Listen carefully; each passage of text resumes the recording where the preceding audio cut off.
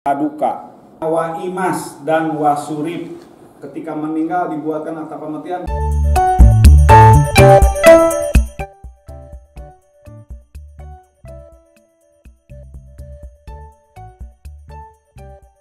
Gerakan Indonesia Sadar Administrasi Kependudukan. Nah, GISA ini bukan hanya bagi masyarakat tapi juga bagi aparatur, mulai dari tingkat RT, RW, desa, kecamatan sampai dengan aparat di tingkat kabupaten. Apa saja yang bisa dilakukan dalam GISA ini? Yang pertama, harus ditekankan bahwa seluruh penduduk dijamin memiliki dokumen kependudukannya sesuai dengan kelompok umurnya. Misalnya anak-anak harus punya kartu identitas anak, yang dewasa harus punya kartu tanda penduduk, yang berkeluarga harus punya kartu keluarga, dan lain sebagainya. Kemudian yang kedua adalah pembaharuan data. Pembaharuan data itu segera laporkan bila mana terjadi peristiwa kependudukan atau juga peristiwa penting. Tadi dikatakan peristiwa pendudukan itu misalnya pindah alamat, kemudian pindah keluar kota, dan lain sebagainya, itu perlu. Nah, peristiwa penting terjadi pernikahan dalam keluarga, segera laporkan, karena kami punya program inovasi yang namanya Paduka, pelayanan administrasi kependudukan usai perkawinan. Jadi setelah menikah, mereka itu nanti tidak hanya menerima buku nikah atau akta perkawinan saja, tapi juga diberikan kartu keluarga, diberikan KTP dengan status menikah.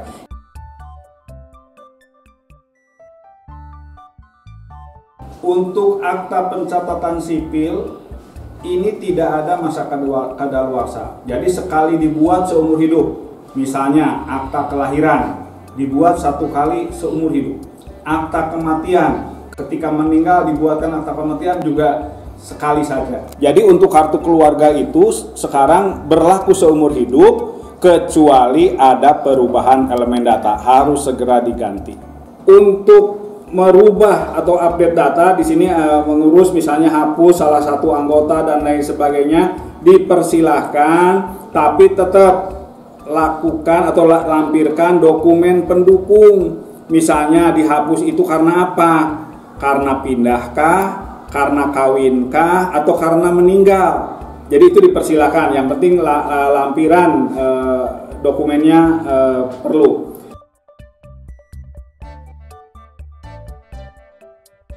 Kita punya SOP, Standard Operation Procedure, untuk siap pelayanan.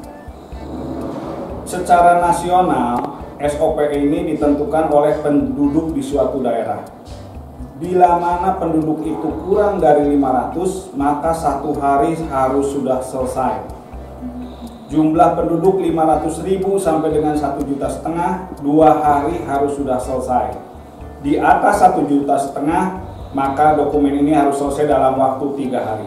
Jadi untuk Kabupaten Kuningan yang penduduknya 1.218.000 itu harus selesai dalam waktu 2 hari maksimalnya. Jadi waktunya, jadi tenggang waktu penyelesaian dokumen ini adalah 1 jam sampai dengan 2 kali 24 jam untuk Kabupaten Kuningan.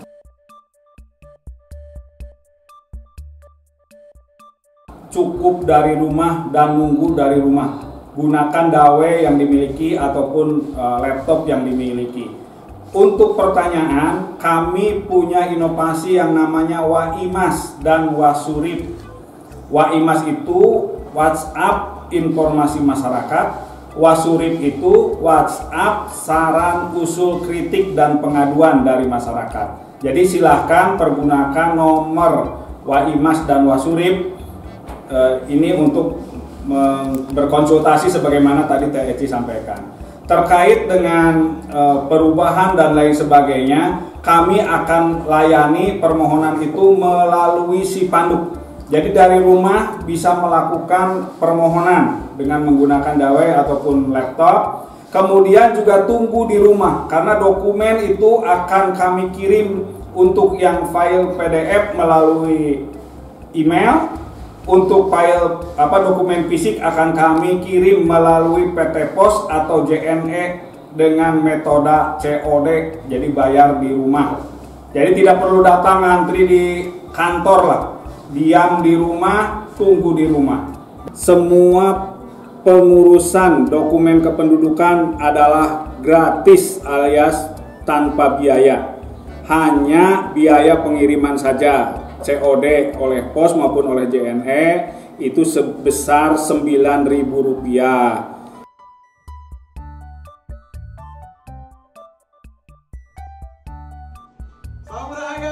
Mantap! Siap?